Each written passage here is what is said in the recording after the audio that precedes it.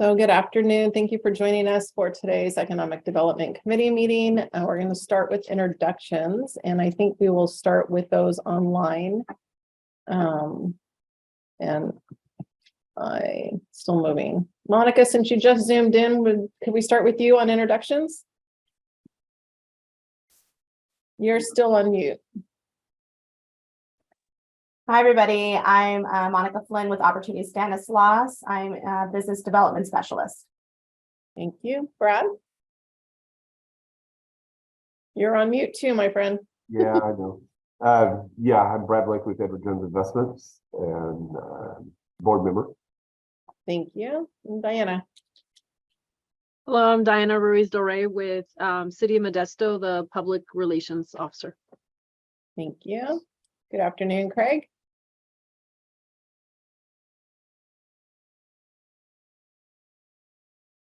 Craig, would you like to unmute and introduce yourself? Yeah. Hello, Craig Lewis, Lewis Capital Advisors, and anxious to be here. Thank you. Donna? Good morning, Donna Linder, County Clerk Recorder. I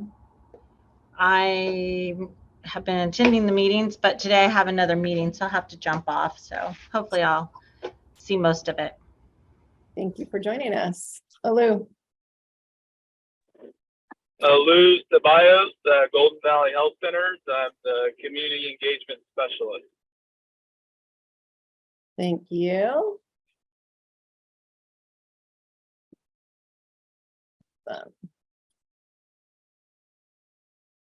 Go. All right, I'm going to screen share real quick. And then we will go around the room. I am going to start over here. Cecil, would you please introduce yourself? I gave you a warning at least. David Wright, City of Modesto.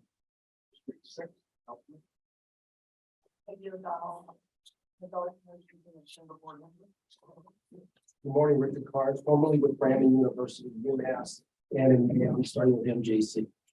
Congratulations. Dana Ferrer, Modesto Irrigation District. Todd Aronson, Visit Modesto. John Blynes, Modesto Gospel Mission. I am the Vice Chair of External Operations. So if anyone, excluding Cecil, if anyone would like to chair the EDC in the future, contact. Good afternoon, Trish Christensen, President and CEO of the Modesto Chamber of Commerce. Good afternoon, I'm Taylor Martin, Property Manager, Vintage Fair Mall. Thank you. I'm Amy McPhail Thompson. I am Marketing Manager at Vintage Fair. Hi, and I'm Lourdes Urande, Board Chair for the Stanislaus County Employer Advisory Council. I'm Anthony Sims. I'm the Economic Development Director for the City of Turlock. I'm Vanessa Ema. I'm the Director of Sales and Marketing for the Doubletree by Hilton Modesto. Hello, I'm Eugene Garcia. I'm the Business Services Manager for Stanislaus County Workforce Development. I'm Doris Foster with Stanislaus County Workforce Development. Okay. And I am Carissa Carlson from Bay Valley Tech. I am the operations coordinator there. Awesome. Thank you for joining us. Could I ask you to introduce yourself back there? Yes, my name is Pete, and I'm a local entrepreneur here. Thank you. All right, your meeting, sir.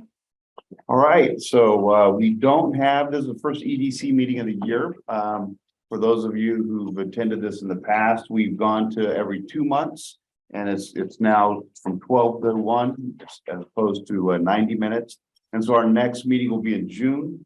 And so we have no minutes to approve. So with that, Doris, Eugene, take it away.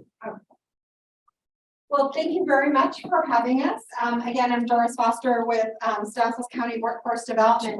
I am a little bit of a information geek, and so I am going to share with you a lot of statistics and kind of how and who we are. And Eugene, Business Services, has agreed to join me. So really excited to be here today. A special acknowledgement to Cecil Russell, who sits on our Workforce Development Board.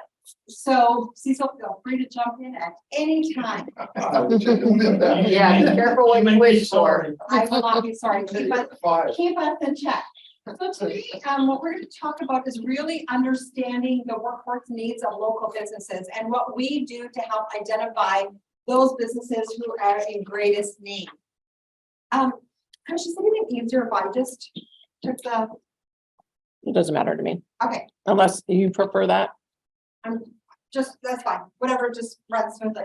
So what our mission is really to work with businesses in the community. And then we figure out what the in-demand needs are. What are the businesses looking for? Then we try and scale up individuals to meet that need. So today I'm going to really be focusing on the first part of our mission statement is really identifying the businesses in our community and those needs. So what we do, we take a look at so we work with Stanislaus County, not just Merced. We can provide any of the statistics specifically for Merced if you are interested. But today we're going to kind of show what we do specifically for Stanislaus County. So in Stanislaus County, we have a little bit over 21,000 businesses, and they employ about 192 employees that work in Stanislaus County. Then what we also do, which you may find very interesting, is we look at it at how many employees they have. So we look at it from 0, 1 to 9, 10 to 50. You can see this is where the majority of number of businesses are, really right here at the 84% from 1 to 9. And so our business development committee has really encouraged us to work with those businesses 50 and under, and not the larger businesses, to really focus on helping those businesses to upscale.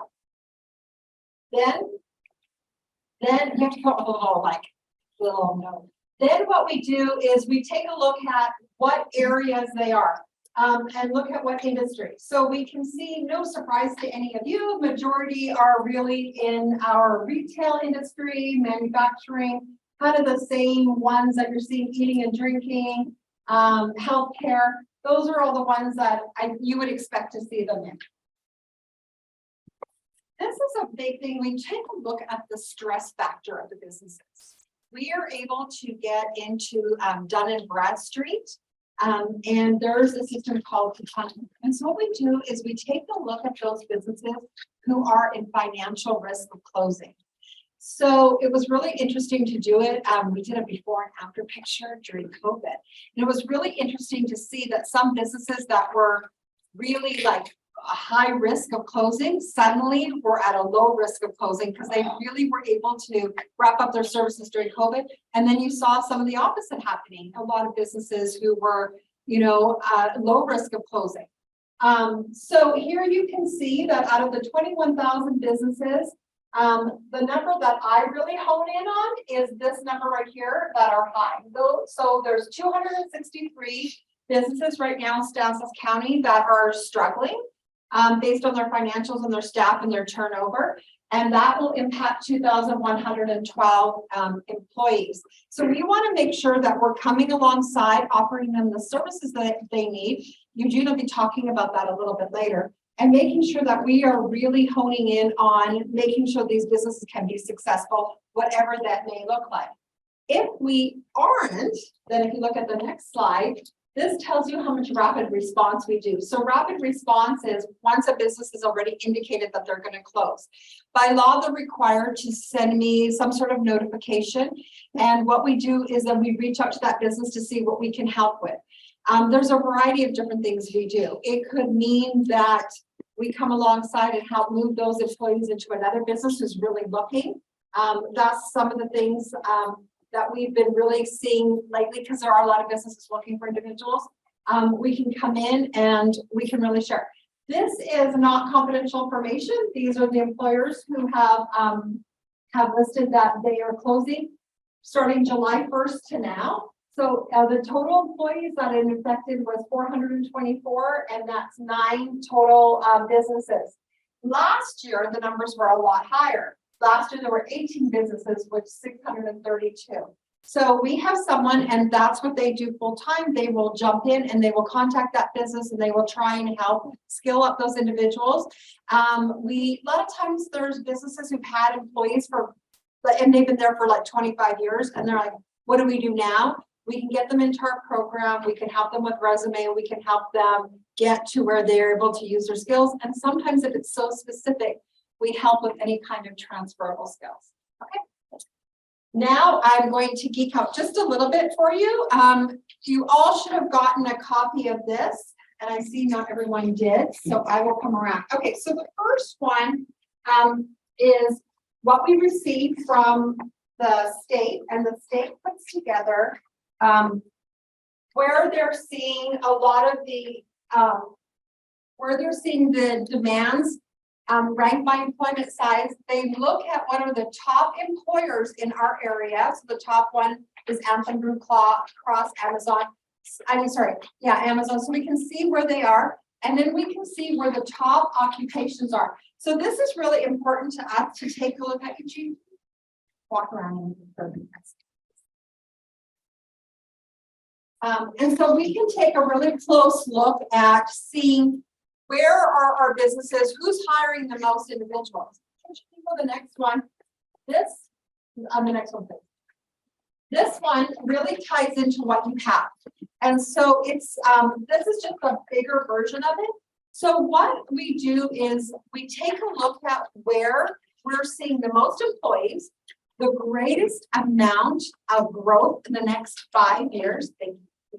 And also we take a look at what's the past look like and how many people work in that industry. So a lot more detail on what I've given you as a handout. But here you can see in the healthcare industry, it makes up 16.8% of people in Stanislaus County. That's a large percentage. We see that in the last 5 years, they had a 14.37% growth. And then in this next, in the next 5 years projected, we're expecting to see 13.69% growth. So you can assume that all of the money, not all, but a large portion of the funding that we receive, we put towards healthcare. We work really hard in skilling up those individuals. We clearly have heard from employers. We have gone out for a grant for healthcare. We are currently working on a grant that we want to do as a region for healthcare. We have additionally, as you'll hear a little bit later, starting to work on putting together a health care sector where we're talking to the businesses and finding out what they're doing. We've also reached out to a lot of the different schools. And so on Monday, I think it was Monday, we just had a cohort start for LVN, licensed vocational nurses. And so what we want to do is make sure that we recognize where the needs are and then scale them up. And on here, if you are geeky as I am, you can take a look at what the top 10 occupations are, and you can see what the average wages are and the number of people that are employed. On the next one is logistics. This is the next one that we see the most growth coming in at. We have 4.57% of our workforce that are currently in logistics. And here we're projecting a 7.03% growth. On the next one is construction. This is a little bit newer. This has not been one of our sectors in the last couple of years, but we've been seeing more and more growth in it. We identified that in the last 5 years, there was a 19.27% growth, plus we have a 5.4. So we're working really closely with Valley Builders, Valley Builders Exchange. In coming up with a sector so we can really come in and help understand what those needs are. Manufacturing, we're seeing a little bit less. However, if you've at all done, listen to Staff of 2030, and we'll talk a lot about those trade sector type jobs, talk about those promising to good jobs. This is where we're seeing some of those jobs coming in. You may have heard we're starting to do some work on the bio-industrial in our community and bringing in some businesses in those areas. This is where that would fall. So we want to make sure, even though we're seeing a smaller amount of growth, it's also where we're seeing the higher wages and we're seeing the better jobs. And the last one, agriculture. This one has always been on an upswing, but just recently we're seeing that we are anticipating a little bit of it going down. However, it's something that we're really engaging in. It's something that we do in our area, and we didn't want to sidestep it. We really wanted to focus on agriculture. And so as we go on in the presentation, you can see some of the things that we've already started building out in that area. So any questions on my teaching stats? Okay. Community engagement. So we try not to work in our own little silo and kind of determining what the needs are. We try and make sure that we're involved in the community. So one of the things that we are on is the K-16 Education CERT that you may have heard of. And what it does is really addressing healthcare education, business management, and engineering or computing. I have been appointed as the co-chair of that committee, and we are expecting a little over 5 million on that, and for just starting to take a look at it. And what we've done is we've hired an outside agency, and what they're doing is kind of taking an asset map and looking at what services are currently available in our community for the K-16.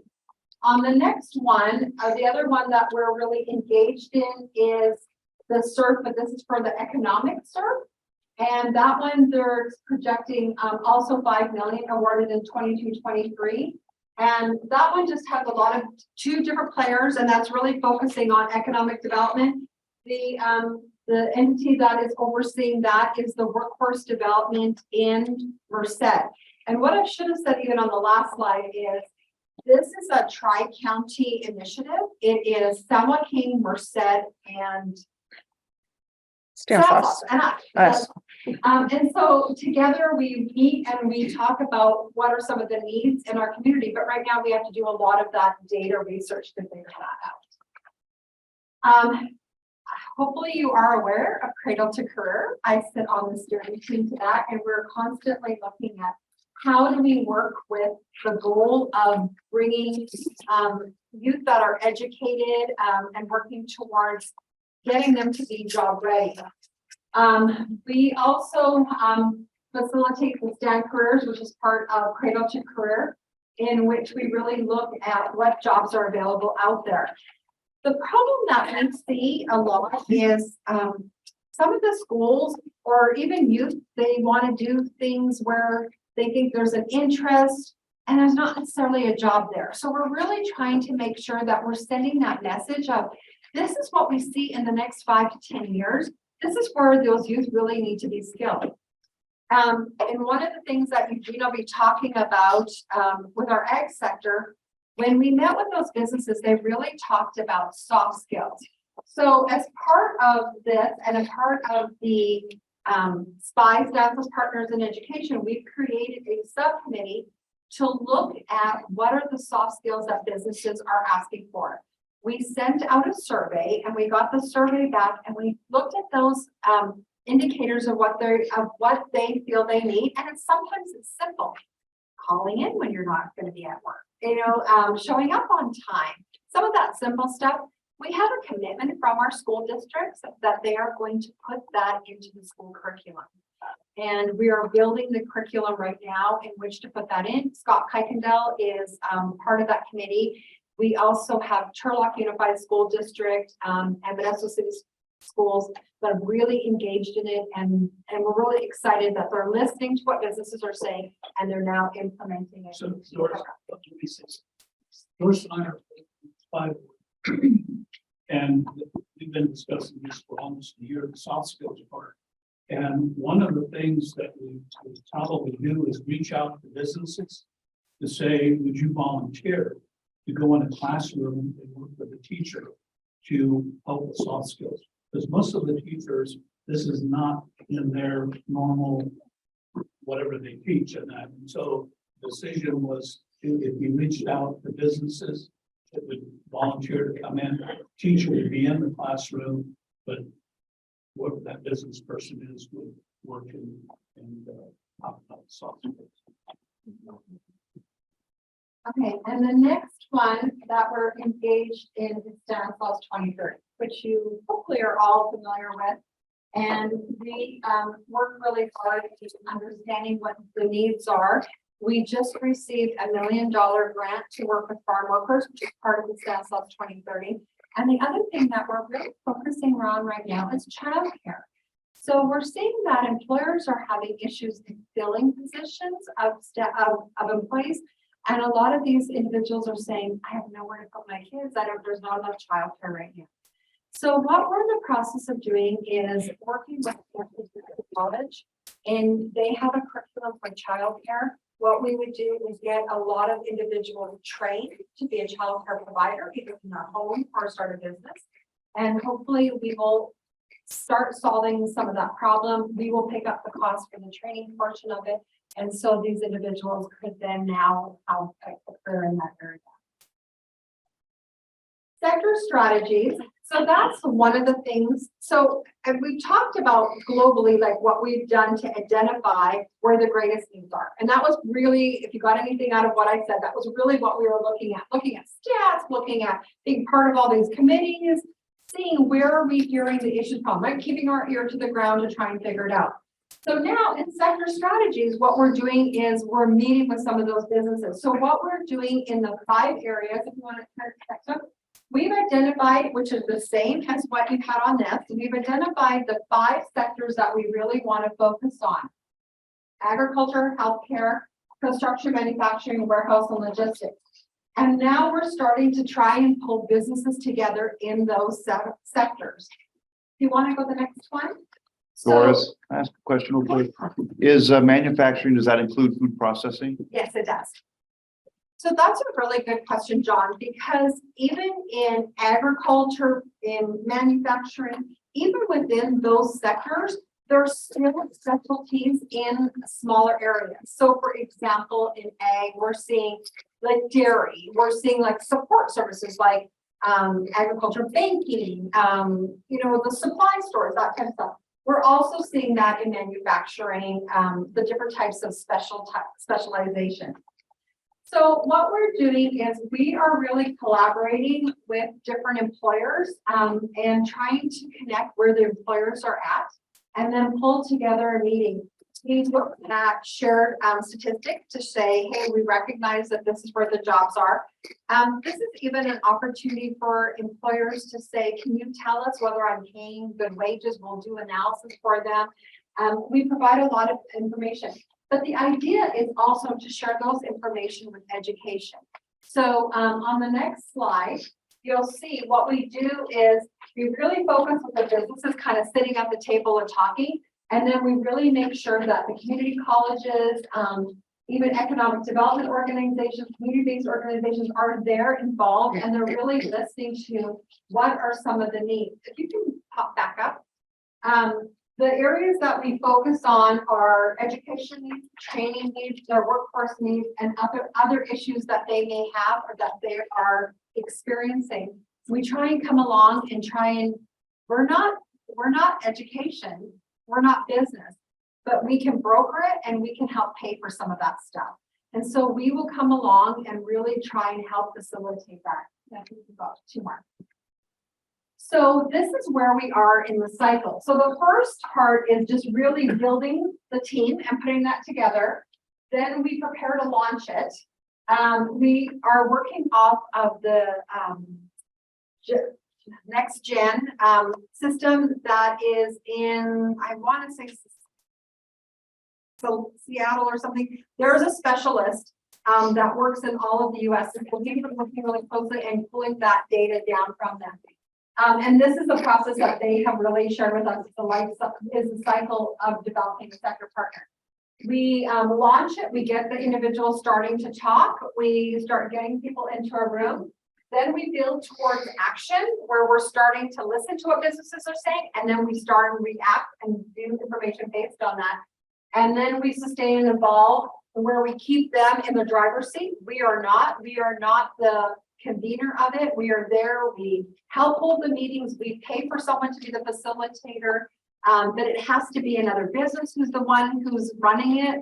We really make sure that they're engaged and they're because they talk to each other and we are really just there listening and we're able to provide solutions. So in the construction sector, we're really at the beginning steps. Healthcare sector, we've already had a couple of meetings. We're starting to get it to where we're starting to talk about what some of the needs are. And in the ag sector, agriculture sector, we've had 2 meetings already. And Eugene's going to talk about what we've done as a result of those meetings. And I am now going to turn it over to Eugene, who's going to talk a little bit more about the ag sector and what trainings and what things we've implemented as a result of the needs of the businesses.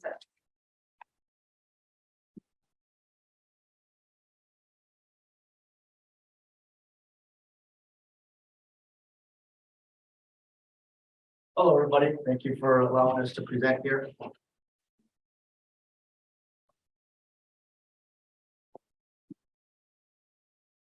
All right, so my name is Eugene Garcia. I'm the Business Services Manager for Stanislaus County Workforce Development. And what my division is in charge of is we are overseeing the sector strategies or the sector partnerships for Stanislaus County Workforce Development, but also the rapid response activities that was presented earlier in the meeting, and then all the other business engagement. So on the second slide, it showed you the employer 0 to 50 employees. So that equates to 98.2% of the employers in Stanislaus County. So that's where a majority of our energy is focused because it is the lion's share of the businesses. As far as for the ag sector, so like Doris said on that slide, the one that shows the life cycles, we currently have 3 kind of going right now. Ag sector was our pilot one, and it's really going really well. So Chris Hancock, who's one of my business services supervisor, is in charge of that. So, and part of that is, if you go back 2 slides, one more slide. So when you look at that, what our responsibility is to bring all these individuals to the table, like Doris said, and then find a convener. So let's go back to the other. So to this slide, what we did is we coordinated that, and the convener is the farm. So the farm is moving together. And again, that's education, businesses, workforce development, and so like those needed partners. And so we've kicked off already, we're probably 3 meetings into it. So what we've learned is we need a need for leadership, supervisor training specific to ag industry. So through those meetings, all these individuals said, we have a lot of individuals who get placed in supervisor positions, but they don't really know how to supervise. And so we don't really have the time to train them. So how can we come along to facilitate that need? And so with that too, there was also the need for English language and literacy skills. So a lot of them have bilingual monolingual skill sets. So how too with supervisors do we get it so that they can communicate effectively the needs of the business to those working and doing the different activities? And then a need for soft skills, customer service skills, working as a team. So again, what we did, we contracted AgSafe to provide the ag sector or ag specific leadership supervisor training. So starting in April, end of April, we're going to do 2 different trainings. So it's going to be a cohort for 20 supervisors in English, and then another cohort for 20 supervisors in Spanish. So trying to address that. Applying for a new English language learner grant, that's what the ELL means, to provide English language training for ag workers and other sectors within the scope of our sector strategy. And then obtaining support from SCO to develop new curriculum and provide soft skill training to high school students. Like Doris said, in meeting with Scott Kuykendall, or his commitment is to get some of these skill sets to the students as they're going to school. Next slide. And can I just mention before it goes on, we have 40 businesses that come to those meetings. They're there, they're active, they're engaged. But when we offer the supervisor training, we offered it for all ag businesses. This was not just the 40 that attend the meeting, and it's not just any of their membership. We made sure that we advertised it across Stanislaus County. Anybody can send an employee to it. We're picking up the majority of the cost. Employers have, so it's $20,000 for us. Employers have to pay $85 per individual so that they have some skin in the game. So some of the businesses, the services we have for businesses are, one is an HR hotline. So some of you may have seen this.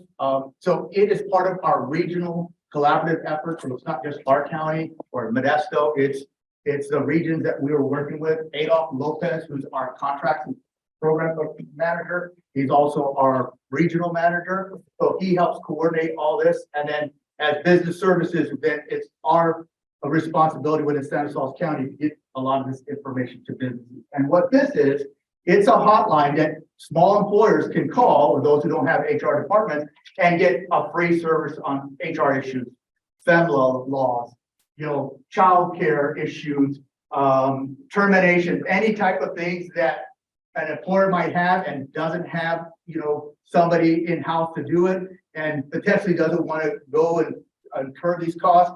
They can call this hotline, and they speak to HR professionals and legal professionals in those, in these areas. So, and you can see those are the counties there, December, January, February, March, we're moving into this next quarter.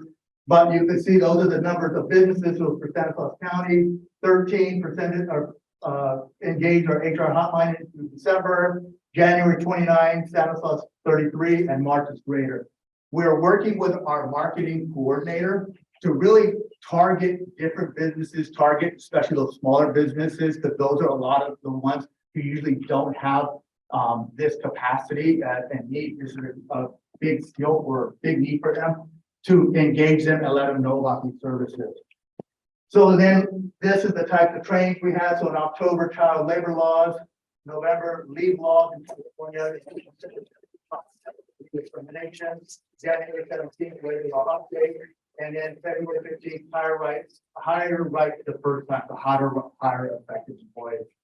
And so for me and my staff, we usually always have all the staff attend this. So as we're working with businesses, not that we're experts, but we can kind of give some guidance and then refer them to this hotline so that you get more information on that. Categories of services offered to employers. So a lot of the majority of the services that we provide when we're engaging businesses is work-based training. So what is work-based training? Well, really learning how certain skill sets on the job. So on-the-job training, incumbent worker training, customized training. So these are direct benefits to the employer. So an employer, these are usually individuals who are working for an employer or getting hired to an employer. The employer brings them on and we reimburse the employers for training and upskilling them. On-the-job training, somebody brings in an employee. We work with the employer to determine what the training gaps are. And then we will refund X amount of the wages, currently up to about 75% of the wages, depending on the business size, for X amount of time. Incumbent worker training is a business come to us and they said, you know, we are losing our competitive edge. You know, we not sure if we don't get this upskilled, will we be able to compete? And so we can come back on the back end and provide monies to them to upskill their employees and then reimburse them. I'll talk a little bit more about that. And then customized training, very similar to incumbent worker training, but the intake or the enrollment requirements are more like the on-the-job training. So there's different levels of issues, not issues, but for requirements that a business or the client has to do based on the type of funding that they get. And then we have work experience services, paid internships or college or transitional jobs, paid and unpaid WEX, work experience, StanWorks customers. So part of my purview is also the welfare to work participants. So they are required to work as part of their grant, either through a community service placement, meaning they get their grant, but they have to do X amount of hours on a work site, or they're transitioning off of aid. And so they actually go to work and they get a paycheck through unsubsidized employment. And then our summer youth program. With these three programs, we are the employer of record. So we pay the wage and we pay the workers' comp.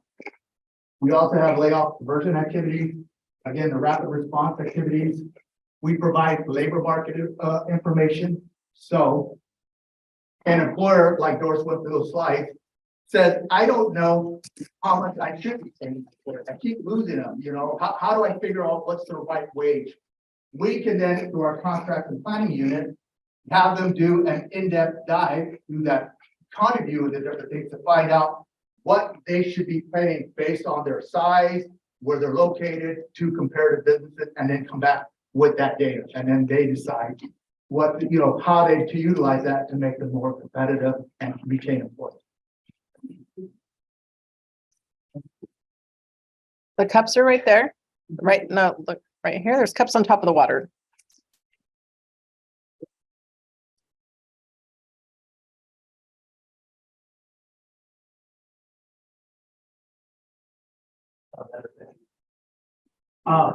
Yes, question. It's the air. The valley. Everybody says I'm full of hot air, so. And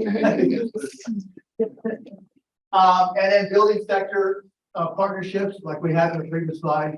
And then referrals to small business development centers, small business administration, other partners that we work with the HR hotline, you know, sometimes connecting with other human resources, chambers, those type of things. So as I talked about earlier, work-based training service, on-the-job training is probably our most popular program. So it helps offset the costs associated with skills training.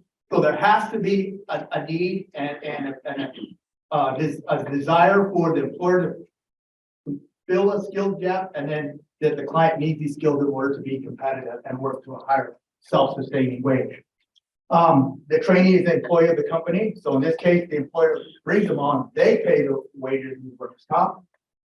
Through that process, we determine what the reimbursement rate would be based on the wage. So if it's just a simple one, $10, well, we know it's more than that, but it would be $7.50 that the employer would get back after paying them. So then they invoice our fiscal department, and then they get our check to reimburse for X amount of time.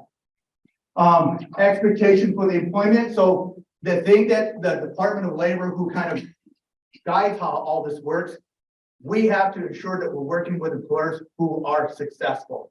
So we look at success on a couple different levels. One, did the client, if they started January 1st and the contract ended May 31st, did they successfully complete that training? Did they get those skills? Once they leave in May or in June, we then look 6 months later, we re-engage employers and say, hey, Eugene went through an OJT from January to May.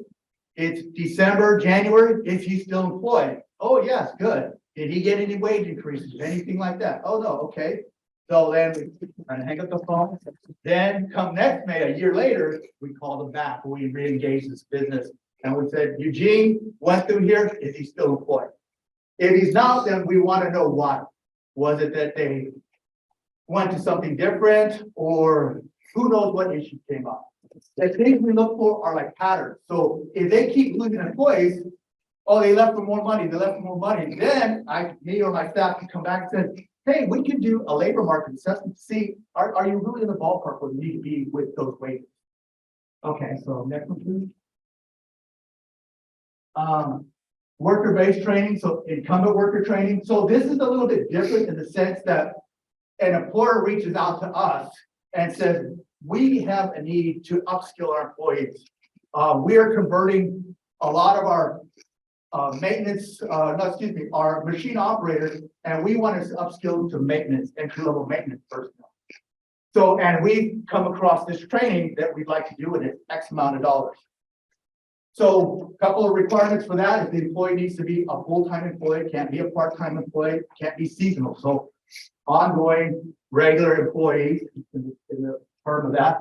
And the training is needed to avert layoffs, but it could also be to increase competitive or maintain competitiveness. The training must be equal to the employee and employee. What the difference with that is the OJT, we pay the wages for that individual X amount of time. Here, we're paying for the training itself.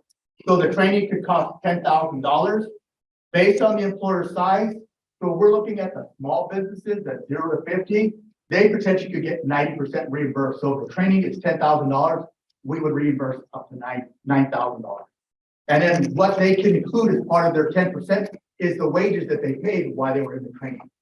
So really, no other costs out of their pocket because they're paying the employees to be there. And then we come back on the back end once they successfully complete and cut them a check for $9,000 after we have proof that they successfully completed. So a really good program. A lot easier than some of the other ones just because of the requirements a little bit less. But So I'm going to talk a little bit about the one that we're currently working on, that was in May, a little bit about how much we're funding now. the one we're negotiating. So right now we're working with an employer that they want to upskill some key employees who are maintenance operators or machine operators to maintenance individuals.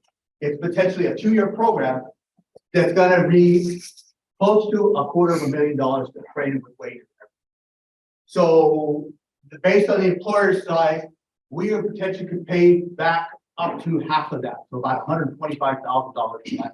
And then the wages that they pay the employee, while they're going through this training, so they can pay them to go to the training. That's included in what they pay, and, you know, their contribution, so that other $125,000. So we're looking at that. So they're really eager doing that because they want to stay competitive. And this is a great way to get this training, get a large portion of it paid, and not have so much downtime when they're paying the employees because they're recouping that cost. They can use elsewhere in business to stay competitive. Is that what you're doing with the ETP contract? No, it's not instituted. It's not a work. And then, depending on the employer, they get them trained. They move them to say machine operator or machine maintenance, and then they want to train them in a certain specialty. Feasibly, we could come in on the back end, depending if they're below the weight threshold, and say, well, we can also do an on-the-job training for that, and then reimburse you even more weight. So a lot of different things that we have availability to help a business train their employees, upskill their employees, and stay competitive. Work experience. Okay, this is a popular program in the sense that it helps us transition individuals to work, the world of work. A lot of them might not have experience, especially like we're working with welfare work recipients. Now this is 29 hours a week maximum. That's for our Workforce Innovation and Opportunity Act clients. So we get funded for that. But through our Welfare to Work grant, we could potentially do paid internships for 40 hours for 6 months on those. So, so a little bit different. We have a little bit of flexibility when we do that. So that's why it's 4 weeks to 26 weeks on both. We can do 6-month programs. This is, like I said, it's 29 hours. There's no obligation to hire. We develop a skills training curriculum because we want them to be better off where they started than where they went. It's not necessarily that we want them to really be, we hope that they can transition to a job, but it's to get them acclimated to working in a structured environment, get some skills, especially if they went to training. So one we're working on right now is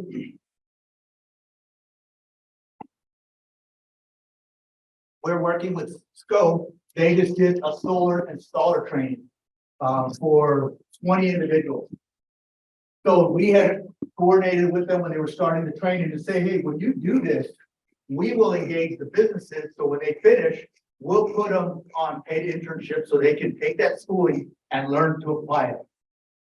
So out of those 20, 13 came to an orientation, 11 are going through the process, and it looks like 10 of those individuals will go to work. So we're currently working with some big solar companies and smaller ones to say, we'll put them on there. We're going to pay them $17 an hour, pay the workers comp, which is a big credit for, it helps create or lower that great fear because it's a danger, it can be a dangerous job. We'll cover that.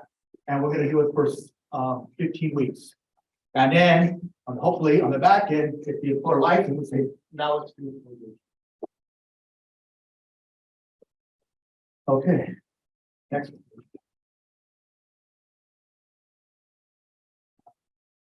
Oh, our summer youth. So many of you have probably heard about our summer youth program. We've been doing it for about 5 years now. We do have our youth programs, our year-round programs that's kind of overseen by the department. But we have a special youth program that runs from June to August, where we take graduating seniors and junior college and college level kids, usually the young 17 to 24, or excuse me, 17 to 21, and we put them in various work sites for the summer. So right now, we're currently working to get that organized. So we have about 20 employers who said they're interested. We have about 60 kids already. The program's going to be for 75 kids that the funding will have to pay for. And so starting the process, hopefully June 1st to a couple weeks after that, they'll all start working. They'll work for 8 weeks during the summer, and then they'll finish, and then hopefully they get a job, go to college, those types of things. So it's a really neat program to get young adults acclimated to the world of work, to give them some experience to put on their applications or resumes, or even college applications in the future. Next one. Labor market, kind of touched on this a few times, so it's a wage data, in-demand occupations, at-risk employers, size and characteristics of the labor force, industry trends, skill needs, capacity for training, needs of the employers in certain sectors of industries or that type of thing, or even areas. We can also identify those needs based on zip code. So how many employers, how many in your area or region, and then target that work to spend dollars to help in those different areas. Okay. Next one, please. So this is the marketing. So one of the things, we've hired a new marketing coordinator. And he came from the McClatchy papers. He was the vice president of engagement or something out there. And so he's done a really good job of pivoting us to use more creative ads and then also social media. He's really good at like targeting through Instagram, LinkedIn, those type of things. So that we can, they call it a new geographical targeting of individuals. So we can take what we need, find veterans through our data analysts, and then have him kind of pinpoint that who this goes to based on profiles through social media. Kind of neat, kind of scary. But it works really well because, like I said, those clients, those potential job seekers, and even businesses, depending on how we're looking at it, we wouldn't have engaged. We can do that because businesses have LinkedIn profiles, Instagram profiles, and the clients do. So a lot of times we can align those so that way we can link them a lot better. So just like I said, an idea of some of the new marketing we've been doing, we've updated our website to do that, pushing a lot of this to our partners. Our logo too, we're putting the workforce development. We're really kind of branding ourselves to let individuals know, not just in Modesto, the county, but in the region, who we are and what we bring to the table. We want people to think, oh, I need some, labor market, rapid response, sector strategy, job. I'll call workforce development. So call workforce development. And next one. And then these are just our other partners. Like Dora said, we can't do this in a vacuum. We're as good as our relationships. So we have strong relationships with Unified, Modesto City Schools, Yosemite College, Community College District, Department of Rehab, Turlock, Unified School District, Central Valley Opportunity Center, Doris or saying we've got a grant. So I think we'll have the C. I forgot what this means. Yeah, so there's a lot. So you see the partner, and we hope to grow that. And through the other initiatives we're in, like the 2030 and all that, we expect those to grow too. So what makes them a partner is they have a signed contract with us. So the federal regulation requires us to have certain partners, but these organizations have come alongside and they've made a commitment. We've also made a commitment, so we share a lot of that information. We meet on a regular basis once a month. We meet, we talk about how to share information. They're in the process of coming up with a registration where everybody can go on and get it, be referred to each other. And so we really want to start, as Eugene said, start looking at where we can additionally bring in additional partners. And then our last slide that we have is, so what does that mean? Like looking forward, what are we going to do? So one of the things we're really trying to do is what you heard from Stanislaus 2030, right? Is looking at the wages, making sure that they're getting those promising to good jobs. Our Workforce Development Board adopted the new salaries, new eligibility rates of people to get into our program. We're really focusing on getting people jobs at the $28 an hour job, but we know we can't always do that. I think our average right now for this last quarter was just under $21 an hour. So we tried to build that up and work toward that. You've been hearing about race, gender, underserved. We're really working with the businesses that are in our underserved community, or you may refer them as the opportunity zones. In saying that we can come alongside and really assist those businesses that need the assistance. Our job is really to scale out workforce. And we don't just work with people who are not employed, we also work with those that are underemployed. So that's a big focus for us. And that's why we work a lot with business to see what we can do to scale people up. Our big emphasis that we haven't doing in the longest time is working with the disabled. So that's something brand new that we really got engaged with. Yesterday, staff went out with a contract with Enrich and Employ. It is an ice cream company. And they are going to do a training for us where they bring in the disabled and they're going to teach them basic wiping the table, cleaning the bathrooms, cleaning the floors, some of that real basic. And the objective is after they've gone through all the modulars that we'd be able to place them in other restaurants. That is our first attempt. And so we hope to continue to build up that program. And then we are always focused on youth. Youth is very near and dear to my heart. Because I feel like some of the opportunities are not available like they were for myself.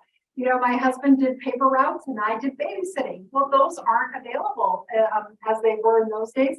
And so my husband said to me last week, he goes, you know what? I think the new paper route is something like Grubhub, like going in and getting that and doing some of that stuff, but they have to have a vehicle. So we don't feel like there's as many opportunities. So we're really focused on that, doing working for their youth. And we have built in a new component this year. We have a request for proposal out that helps work with the disabled youth, mental health issues, homeless youth, and youth that have English language learner concerns. So that really wraps up our presentation for you today. Again, thank you for the opportunity to come and share with you. And I think you already know. Well, I don't really have any to add to what she shared with you, but I do, I want to share. Craig, are you still on? Yes, I am. So Craig Lewis and Craig was probably chairman of the board here, and I think I was vice chair of economic development in that. We both joined a thing that used to be called the Alliance. And the Alliance was a group that had workforce development underneath what they call the Alliance. The Alliance was government and business together, and that they had a person that managed. And we were on that board, and a new person came in and finally separated the Alliance, and it came up to the Stanislaus. And the Workforce Development Board, a number of us that have been appointed by the Board of Supervisors, which still are, asked if we wanted to stay on the new workforce board, and we said yes. And so when that happened, Doris became the director of workforce development, and I had the privilege of serving on this board for a long time. And I would tell you that this lady here, okay, because she's taken, Greg, you've listened to all of this that's been described today. I still think it's a well-kept secret, okay? As most good things in our community are well-kept secrets, because I don't think most of you knew that there was funding available for training and all the kinds of things that Workforce does. Doris has put together a fantastic group of people, staff, and you just heard from one of them, and our meetings are, I mean, they're so far different, Craig, than the 5 minutes that we used to have at the old Alliance and that. And where she's taken these programs is fantastic. So I just wanted to give you a background of where this has come. And most of this is in the last 5 or 6 years. And I'm going back maybe 10 or 15 years in that. So Doris, thank you very much for everything that you're doing, and hopefully that helps bring in perspective, you know, what this organization does. Thank you. Doris, Craig has a question. I have a quick question, and that is how I didn't see your partners who you work with. I didn't see SCOE, and I didn't see Opportunity Stanislaus or Community Foundation. Could you comment if it is? I've heard some of this already, but could you comment on how you overlap with them also, or coordinate with them? Absolutely. So Office of Education is should have been on there if they weren't, and we do partner with them a lot. So so we can't just pick anyone to do a training. I like my neighbor and my neighbor's gonna offer to do a manufacturing class and I'm gonna give him a, $500,000. We can't do that. What we have to do is they have to be vetted training. It has to go through the state. It has to meet all kinds of regulations. And sometimes there are things like Bolt that don't meet those certifications. They don't have all of that. So what we do is we work with Stanislaus Office of Education. And what they do is they vet it. And so we're able to pay Stanislaus County Office of Education. So we will pay for individuals to go through the Volt program. We will pay SCO, and SCO will then turn around and pay Volt, and then they will make sure that that training and that curriculum is met. And so really at the end of the day, at the state level, Stanislaus County Office of Education is the one who's doing that. We work together with them on a lot of different trainings. So we meet with them on a regular basis, and they do sit on our career development committee and very active. And they also sit on our board. Scott Kuykendall is a board member. You also mentioned Opportunity Stanislaus. We contract with them. They originally were contracted to do some of our sector strategy programs. We currently are contracting with them with WorkKeys, and we are required to have someone on our board with economic development. We feel that economic development, workforce development is an arm of that. So we do work closely with them. And the third one that you mentioned was Stanislaus 2030, the Community Foundation. Yeah.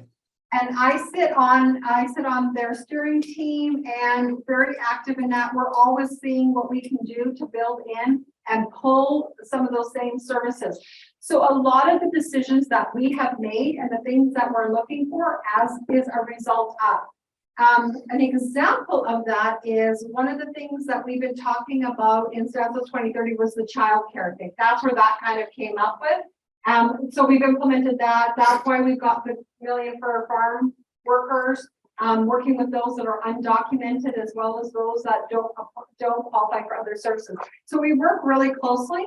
When we put the list of partners up there, those are the ones who have actually signed on the contract with us. Those are the ones that are required by federal law. And Eugene and I, as well, all the managers, just went to Washington, DC. We just got back last week.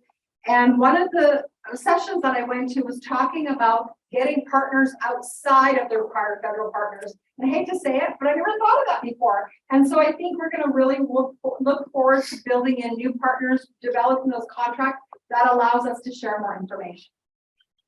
Okay, I got one more question real quick, and that is as relates to you see things on the ground level. You're out and seeing and working with employers, and it's really a wonderful thing. I'm so impressed by what you're doing. But what are you able to do as you see some areas which they need to enact laws or submit bills? Do you have anybody that's kind of working on your political strategies to make an effective change on the ground level?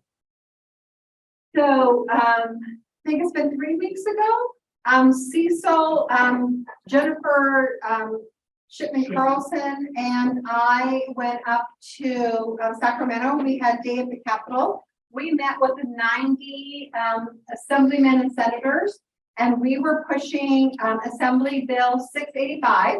And Assembly Bill 685 is for our California for All grant funding. So what they've been doing in the past is they have been giving that funding to 13 largest cities in California. And last year they had a little bit of extra funding. We applied for it. We got $5 million, and we are working very closely with Bay Valley Tech in order to provide services for that. The other bill that we were pushing was 625, I think it was 625, and it is barriers to employment. And we've been working with community-based organizations to provide training and opportunities for the community. So we are constantly engaged. And an exciting thing was we met with Assemblyman Juan Alanis. I think I said his name. Alanis. Thank you. And he joined the bill, and he's co-authoring the bill for the California for All for us to get regular funding. So we are constantly in connection with them. We have someone that we pay through our association at the federal and state level that are lobbying for us. And I sit on the legislative committee for the state to be aware of all bills that come out, and we make the decision whether we are pro them, against them, and we write letters accordingly. Okay, thank you. Very impressive. So one of the things that Eugene said is really important, because we have so many of these programs with the federal government, the state government gives monies out, and then the great thing about programs that are here is their accountability.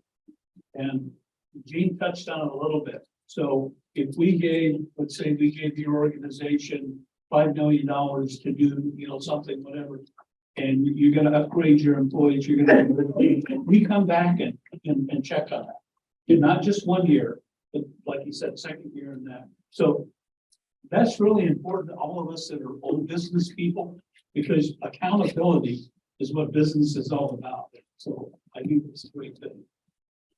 You would have given me 2 hours to speak. I would be able to share more programs, like we work with the Modesto Gospel in working with, they have a, you can say like a Residential nonprofit, program. right? And they have a, where they're doing coffee. And so we come along and we are helping to skill up people. We'll pay for them to come work there. So there's a lot of different programs that we do that I think really feed into that, is what you were saying. If I could just one highlight with that program, so there's the homeless hiring tax credit, which will not be good luck with Modesto City, Modesto Gospel, because the individual they placed as the trainer for the roasting, we also got them the OJT, but they're also qualified for that tax credit now because of the way pretty neat. Yeah. And those services are not used anywhere up and down California. They're only being used in the LA area. So we're one of the first in our area. So I've been really proud of Eugene for pulling that out.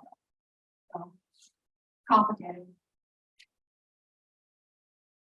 Yeah, and I'll just expand on that a little bit. So we have a long-term residential program for homeless men and women that is about 12 to 18 months. And as part of that, they go through stages. So in the latter stages, they're able to actually learn on the job training skills. I don't know exactly the program that it falls under, but they're on the workforce development payroll, and workers' comp, which is good for us. And they're learning skills that then we can help them get a case manager there, and they can help them long-term when they graduate, then go get, or in their final stages, go get a permanent job. So with them, we have 1 OJT and 5 unpaid internships. Yeah. The various divisions of that. Center.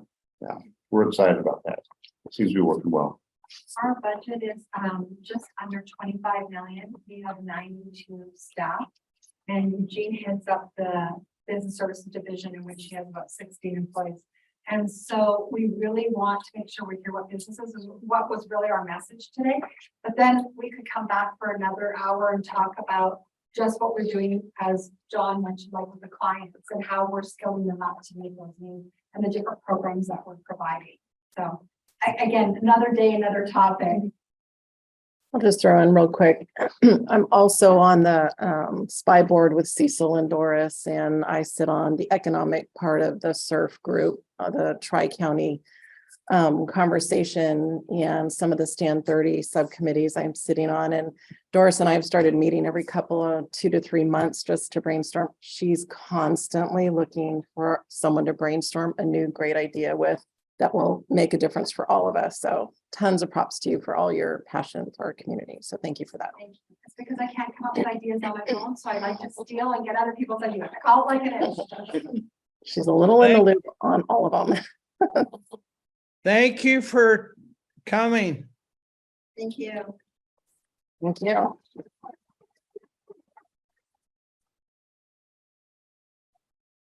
So real quick, I just want to announce, I forgot to say this at the beginning, but we want to thank Stephen Madison and Stanco, Stanislaus County Affordable Housing Corp, for providing lunch today.